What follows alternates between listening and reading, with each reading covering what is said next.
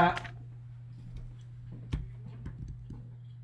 questions for Coach Williams, please go ahead. CL, go ahead first. All right, Roy.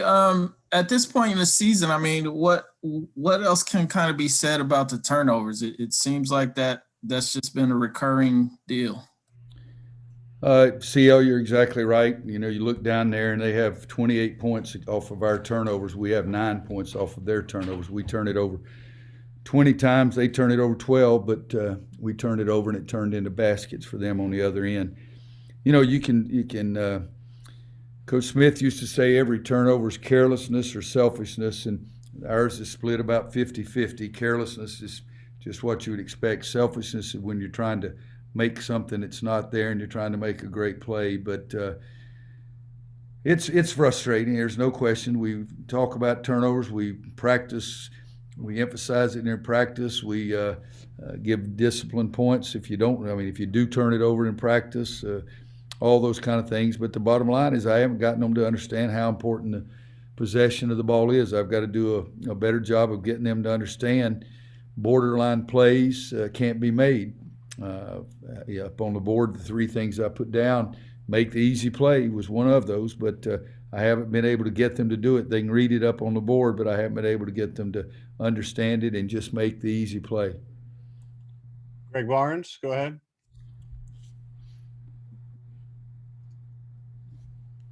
Greg?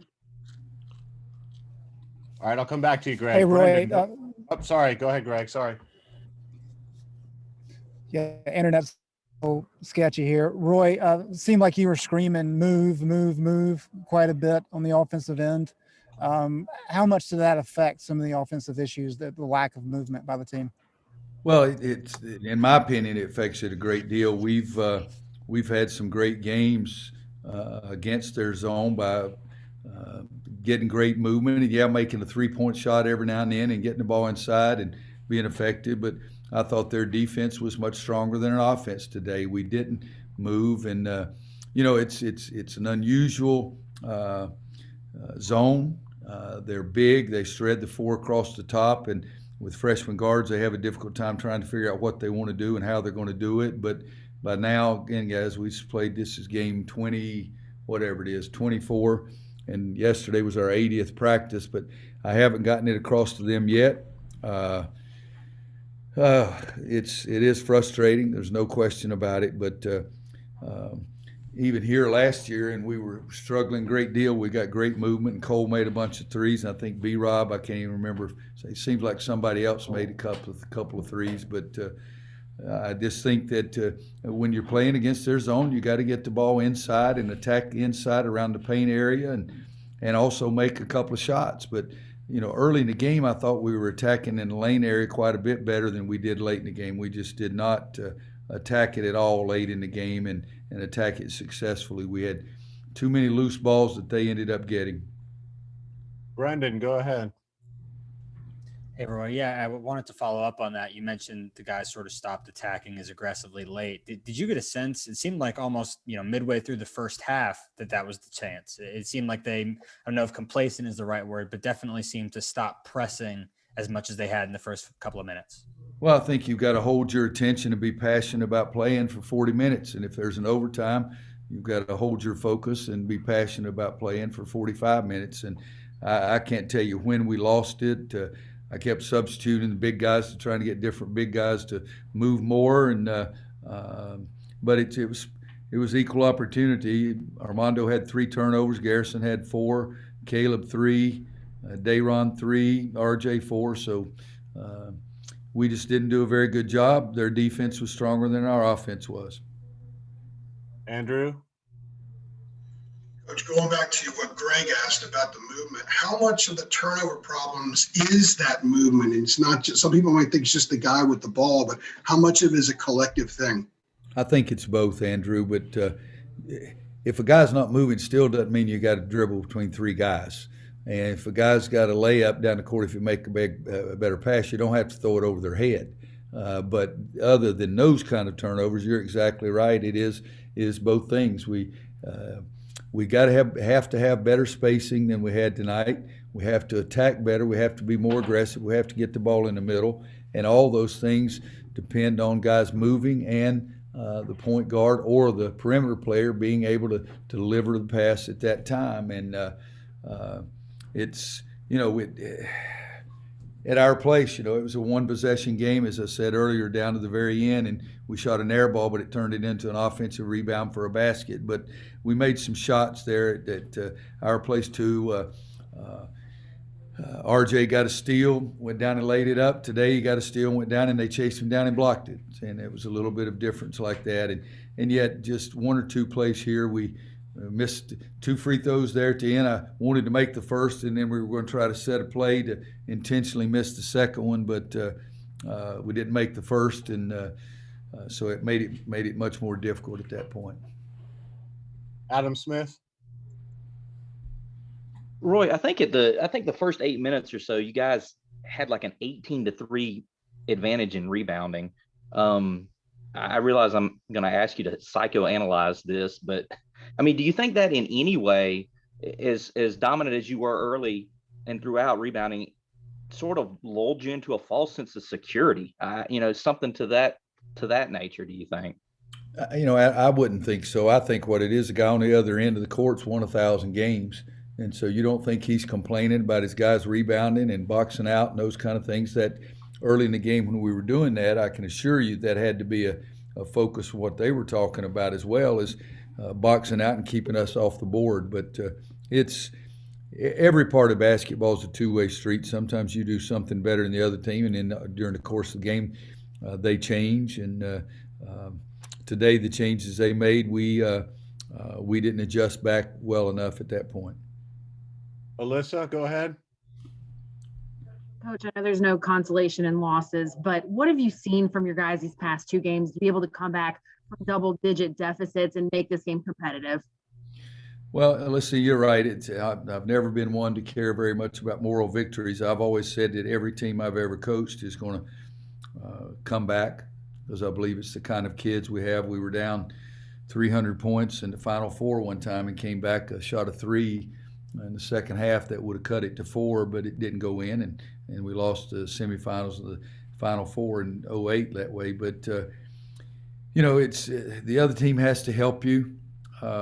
We missed some opportunities stepping to the free throw line and missing some easy shots or getting a layup blocked after we get a steal. But I do believe we have the kind of kids that'll with our staff and the guys on the bench that have been around a long time, even they're pushing the freshmen to keep playing, and hopefully good things will happen. But, Kirby Walton's as good a shooter. I just looked over and I knew he hadn't shot it well, but 1 for 10, that's, he's 0 for 7, and Anthony's 0 for 2. So, we're 4 for 20 from three-point line, and that's not very good for us. But 0 for 10 in the first half is you sort of dig a hole, and then you start losing confidence. Okay, Jeremiah, last one, and we'll get the players in here so we can get everybody home, please. Coach, and you already talked about, playing against the zone of Syracuse, but initially early on, you all had control inside, but then, of course, Boeheim began to get hot from the three-point line, and, UNC wasn't quite as able to keep up. So I wanted to ask, when the three isn't falling, what are some other things from your team that you would like to see to keep up while the other team is knocking down threes? Well, we'd like to guard them better and not give them open threes. I mean, Buddy is 6 for 13. Well, he's done that a lot, so we should guard him better. And one time we had 2 players ran off and left him and guarded a guy that didn't have the ball. So it's communication. But you're right. If we're not making threes, we got to get the ball inside, and we got to take away threes from the other team. And that was the number one thing we put up on the board is on the defensive end of the floor, we got to take away their three-point shot. And needless to say, we didn't do that very well tonight. But it's got to go back to the drawing board and see if we can have great practices the rest of the week and getting better. And I know, I think I heard Matt say this is the last one, and I don't even see if Josh is on here yet. But last week, guys, everybody made it out that I got mad at Josh and I left the press conference. That's not right. You go back and listen to it yourself, because Steve Kersher had said, last question. And so that's what it was. I thought it was an unusual question, and there's no, it's okay. You know, I've had unusual questions the rest of my life, but I didn't get mad and storm out. It was just that I was told that this was the last question. But thank you guys very much. Thank you, Coach. Is Armando or Caleb in here next? Andrew, question for Armando, please. Mike Topper, you'll go first when he sits down. Go ahead, Mike. Hey, Armando, obviously the turnover is real tough tonight. Can you put a finger on it and what kind of happened in that regards? Man, I mean, I wish I could tell y'all. Obviously, Syracuse, they have a great zone, but I don't know. I mean, we just go from playing one of our best games of the year, beating Florida State, to losing tonight. I mean, it's just tough. Ross? Yeah, I mean, question is similar to kind of your answer there. Can you explain this team to us and what you kind of think about how this team, the ebbs and flows with good games and bad games, good games and bad games? I just feel like as a whole, we're just too lackadaisical. I mean, even including myself, just feel like we just went out there tonight just expecting for the game to be handed to us, and we just lost. Patrick Gunn? Hey, Armando. So today, when Jesse Edwards came in the game, he kind of slowed you down a little bit inside. What was he doing that kind of stopped with, especially with the steals that he had? I mean, he had a little length. I mean, he got a good swipe on one of my moves I tried to make, but he did a lot better job than Dolajay of boxing us out and kind of slowing us down from getting on the offensive boards. Brendan? Hey, Armando. Yeah, I wanted to ask, do you feel like this team still, Royce mentioned this was practice number 80 yesterday, I think, game number 24. Do you feel like as a group, you guys have a good grasp of the shot selection that he would like for you guys to have? No, I mean, it's got a little bit better from the beginning of the year, but nowhere near. I mean, we just got to hit shots. I mean, the first half, we just were not hitting shots from the outside, so it makes it a lot tougher. They start squeezing more and more and daring us to shoot. I mean, it's just tough when we can't hit shots. It just stops. It kind of deflates the inside game, which is our bread and butter. Adam Smith? Armando, you guys out-rebounded them by 22 tonight and were dominant on offensive glass too.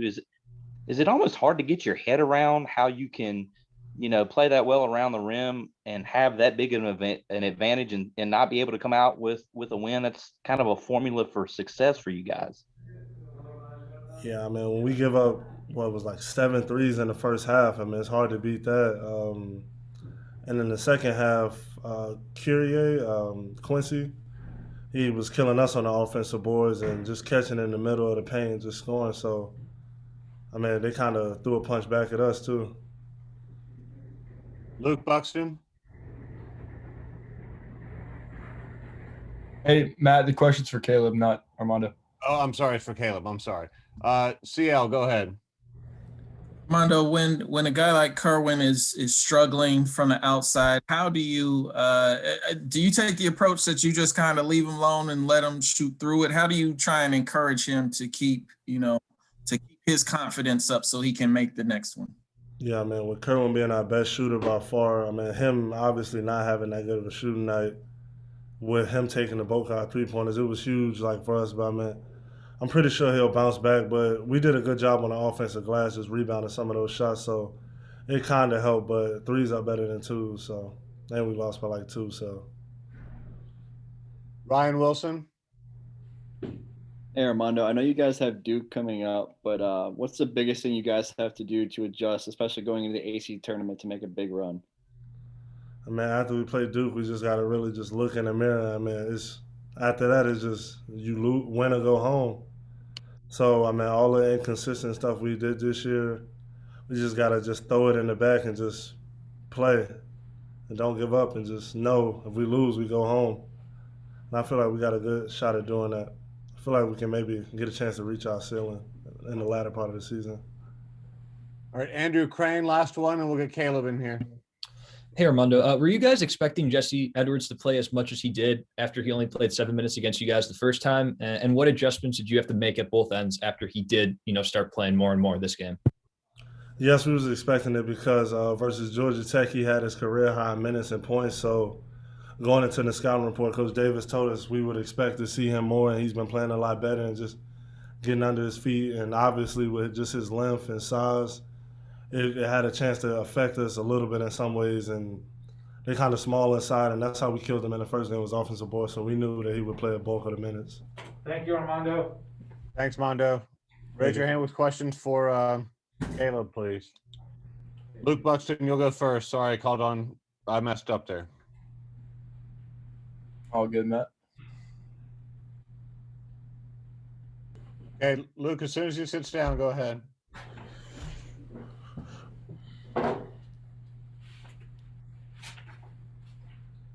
Luke, go ahead. Caleb, what challenge does the Syracuse zone present to the guards specifically? Just they got a lot of active hands, and their guards get a lot of their hands wide, and we're trying to get in the gaps. It's kind of hard because they bring it out so high. Their hands high, wherever the ball goes, they're reacting. So it was just tough for us to get the ball inside sometimes, and it showed. Andrew? Caleb, you guys in the last 3 games have committed 60 turnovers that have led to 72 points for your opponents. If you were to pick one thing, what is one thing you guys need to change to maybe cut those numbers down a bit? Just a lot of the unforced turnovers, like the ones we can control. As far as like, just like the charges, just the throwing the ball when I threw one around today and he wasn't even looking. So the one I threw out to Leaky, and he was clearly open, but I just threw it away. So just the ones we control and just try to cut down on those, and we'll be good. Brendan? Hey, Caleb. Yeah, I wanted to follow up on that too. I know Coach Williams has told us that he made you guys shoot 300 free throws to try and work on that aspect of the game. What are some of the things that you guys can do in practice to try and cut down on those turnovers? What are some of the drills that he's got you and RJ and Kerwin trying to focus on? It's not just us. It's everybody. He'll say second loss. He'll put it in the practice plan. Second loss of ball equals 33. So if we turn the ball over twice, we'll have to run 33 after every other turnover after that. So if you don't want to run, then don't turn the ball over. So he'll do some stuff like that. But other than that, it's just on us. It's not really a drill or anything else that coach can do for us not to turn the ball over. We just got to stop turning the ball over. Thank you. Adam? Caleb, it looked like Buddy Boeheim kept just finding openings and knocking down threes there in the first half. And I know that's obviously not what you guys want. How did you feel like he was able to find that space and get those shots off? And did you feel like that got him going? Oh yeah, it just he moves without the ball a lot. So when the ball goes away from him, he's moving without the ball. And we help so much that we lose him sometimes, or with him we kind of got to face guard him, or so much less key on him because he's a good player, he's a good shooter. So when he's on the court at all times, you got to know where he's at and find him. CL? Hey, Caleb. This was your first time playing in a dome, or at least in an arena as spacious as the Carrier Dome. Was there any kind of major adjustment you guys had to do in terms of shooting and your depth perception? Like, did it mess with you any to be out there shooting? No, I wouldn't say that. I just think we just had to find our rhythm, and we couldn't really get that, but. We just had to stay in it and not getting our heads on missed shots. You just had to keep shooting and getting better shots, and then just the whole game was just kind of dry. We came out slow. We came out. We wasn't ready to play. So I don't think it was nothing with the arena. I just think it was on us that we had to come out and play. Kiara? Caleb, for the remainder of the season, what type of statement do you want to make? with 1 game left? As far as our team, The team and for you. for our team, I just want to win. We need to get this last one versus Duke and then go into the ACC tournament with our heads high and ready to play, because from now on is win or go home. So for us, I just think that we just gotta compete at all times and from start to finish, not just a first half team or just a second half team. We got to put 40 minutes together and we just got to compete. And then as far as myself, I just want to be a great leader for this team and do whatever I got to do to get this team to wins. Jeremiah? Getting back to Boeheim a little bit, what are the, I guess, challenges that kind of come with a player like him being able to get hot from the three-point line, and on the other end, you all not being able to get quite the same looks and the same success? What is that like as far as, controlling the game and trying to keep up with their shooting? Well, like I said before, he moves without the ball, and it's tough to guard that, because if you help or if you lose him, he's getting an open look. That's what he got in the first half. We got a lot of open looks, and we just had to shut him down, and we couldn't really do that tonight. So, and then as far as on the offensive end, shots wasn't falling. We was turning the ball over a lot, and we missed a lot of free throws. So, just when you combine all of that, we really supposed to lose if we don't do none of that. All right. Thank you, Caleb. I'm being told the team needs to try to head to the airport and get on home with the snow and everything. So thanks to everybody. Thank you. Thank you, Caleb.